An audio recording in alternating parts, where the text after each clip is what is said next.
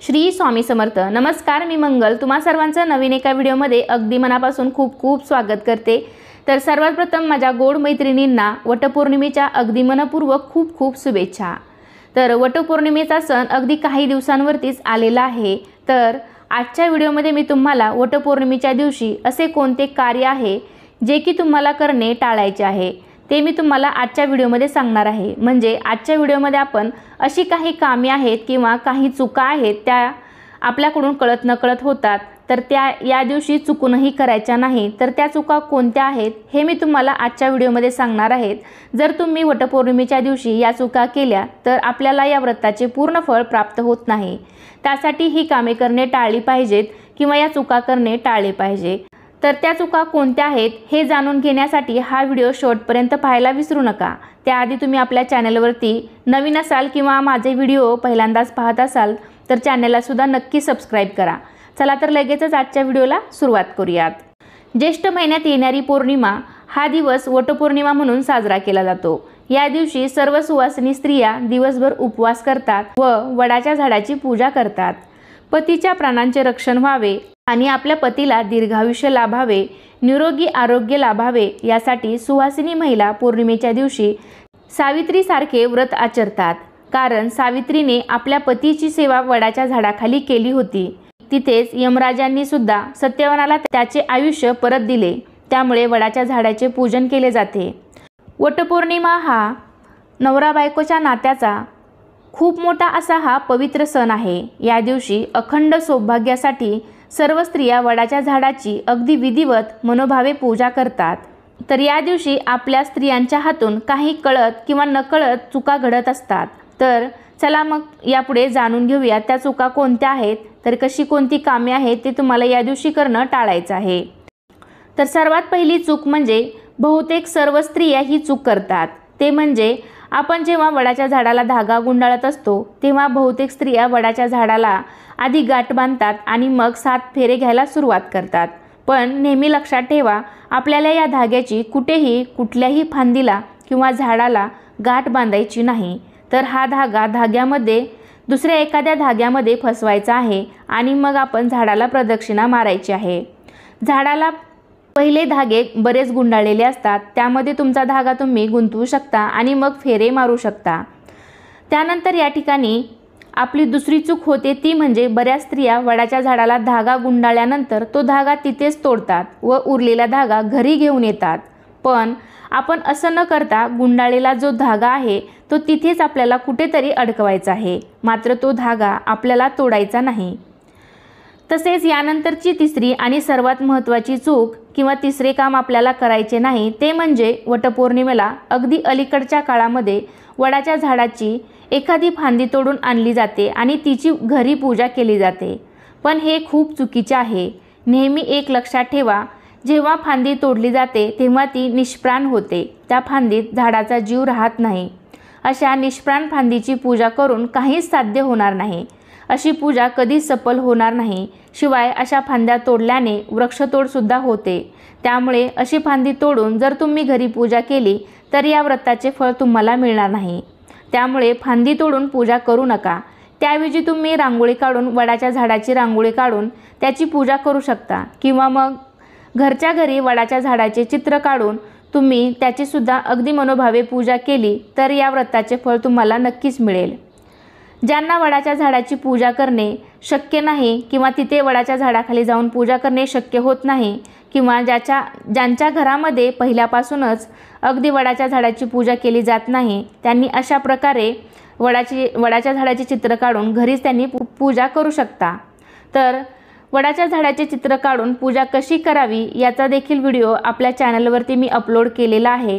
तो तुम्ही पाहिला नसेल तर नक्कीच तो तुम्ही पाहू शकता। तर त्या व्हिडिओची लिंक मी डिस्क्रिप्शन बॉक्समध्ये दिलेली आहे, तिथे जाऊन तुम्ही नक्की चेकआउट करू शकता किंवा मी वरती मग आय बटनला सुद्धा देईल, तिथे सुद्धा क्लिक करून तुम्ही पाहू शकता। तसेच यानंतरची पुढची चूक म्हणजे आता सध्याच्या काळामध्ये बऱ्याच स्त्रिया हातामध्ये काहीही घालत नाही किंवा गळ्यामध्ये सुद्धा मंगळसूत्र असतं किंवा कधी नसतंही। म्हणजे सिटीमध्ये सध्या फॅशन निघालेली आहे, हातात गळ्यामध्ये गळ्यामध्ये काहीही घातलं जात नाही। पण असा सौभाग्याचा सण जेव्हा असतो तेव्हा आपण 16 शृंगार करून ही पूजा केली पाहिजे। वडाच्या झाडाची पूजा करताना खरं तर तुम्ही 16 शृंगार केले पाहिजेत, पण तुम्हाला जर शक्य नसेल तर कमीत कमी कपाळाला टिकली, हातात हिरव्या बांगड्या, गळ्यात मंगळसूत्र, पायात जोडवी आणि शक्य असेल तर नाकात नथ नक्की घालावी। फक्त एवढे अलंकार घालून तुम्ही पूजा केली तरीही चालेल, कारण ही पूजा आपण अखंड सौभाग्यासाठी करत असतो। त्यामुळे एवढे अलंकार घालून तुम्ही नक्कीच ही पूजा केली पाहिजे आणि त्यामध्ये शक्यतो तुम्ही काचेच्या आणि हिरव्या बांगड्या घातल्या पाहिजेत, कारण हिरवा रंग हा सौभाग्यासाठी अगदी शुभ मानला गेला आहे। त्यामुळे हिरव्या बांगड्या आवर्जून घालाव्या आणि अगदी शक्य नसेल तर तुम्ही लाल, पिवळ्या अशा रंगाच्या सुद्धा बांगड्या घालू शकता। मात्र काळ्या किंवा पांढऱ्या रंगाच्या बांगड्या तुम्हाला या दिवशी घालायच्या नाहीत। त्याचबरोबर या दिवशी तुम्ही लाल, पिवळ्या, हिरव्या अशा रंगाची साडी देखील नेसू शकता। मात्र काळ्या किंवा पांढऱ्या रंगाची साडी तुम्ही या दिवशी घालू नका। शक्यतो हिरव्या रंगाची काठपदराची साडी तुम्ही या दिवशी नेसली तर अगदीच छान। तसेच यानंतरची पुढची चूक म्हणजे बघा, आपण वडाच्या झाडाची पूजा करायला जाताना सौभाग्याचे वाण बरोबर नेत असतो। वडाच्या झाडाच्या पायथ्याशी किंवा झाडाच्या बुंध्याशी ते वाण आपण ठेवत असतो। आता अलीकडे बाजारामध्ये अशा छोट्याशा पॅकेटमध्ये छोट्याशा हिरव्या बांगड्या, काळ्या मण्यांची पोत, टिकलीचे पॉकेट असं सर्व काही मिळतं। तेच आपण विकत घेतो आणि ते अर्पण करतो, पण आपण जे काही अर्पण केलेलं आहे त्या सर्वाचं दुसऱ्या दिवशी पावित्र्य राखलं जात नाही, ते वायाला जातं। पण त्याऐवजी तुम्ही असं बाजारात मिळणारं साहित्याचं लेणं न ठेवता वापरात येणारं साहित्य तुम्ही जरूर अर्पण करा, म्हणजे अगदी काही सेकंदानंतर आपण ते स्वतः वापरू शकू किंवा मग त्या ठिकाणी इतर सौभाग्यवती स्त्रिया असतात, आपण त्यांनाही ते दिलं तरीही ते चालू शकतं। त्यामध्ये तुम्ही मोठ्या हिरव्या रंगाच्या बांगड्या घेऊ शकता, टिकल्याचं पॉकेट घेऊ शकता, एखादा कंगवा अशा पद्धतीने असेल तर इतर स्त्रियाही ते वापरू शकतात किंवा मग तुम्ही स्वतःसुद्धा ते वापरू शकता। त्यानंतर बऱ्याच स्त्रिया मासिक धर्मामध्ये म्हणजे 4था दिवस असेल तरीही त्या पूजा करतात किंवा त्यांना प्रश्न पडतो की आपण ही पूजा करावी का। पण जर तुम्हाला वटपौर्णिमेच्या दिवशी 5वा दिवस असेल तर त्या दिवशी तुम्ही सकाळी स्वच्छ शुचिर्भूत होऊन डोक्यावरून अंघोळ करून तुम्ही ही पूजा करू शकता। मात्र 4था दिवस असेल तर तुम्ही पूजा करू शकत नाही। 4था दिवस असेल तर तुम्ही फक्त उपवास करू शकता, पूजा करू शकत नाही। फक्त मनामध्ये प्रार्थना करू शकता आपल्या पतीच्या दीर्घायुष्यासाठी, निरोगी आरोग्यासाठी।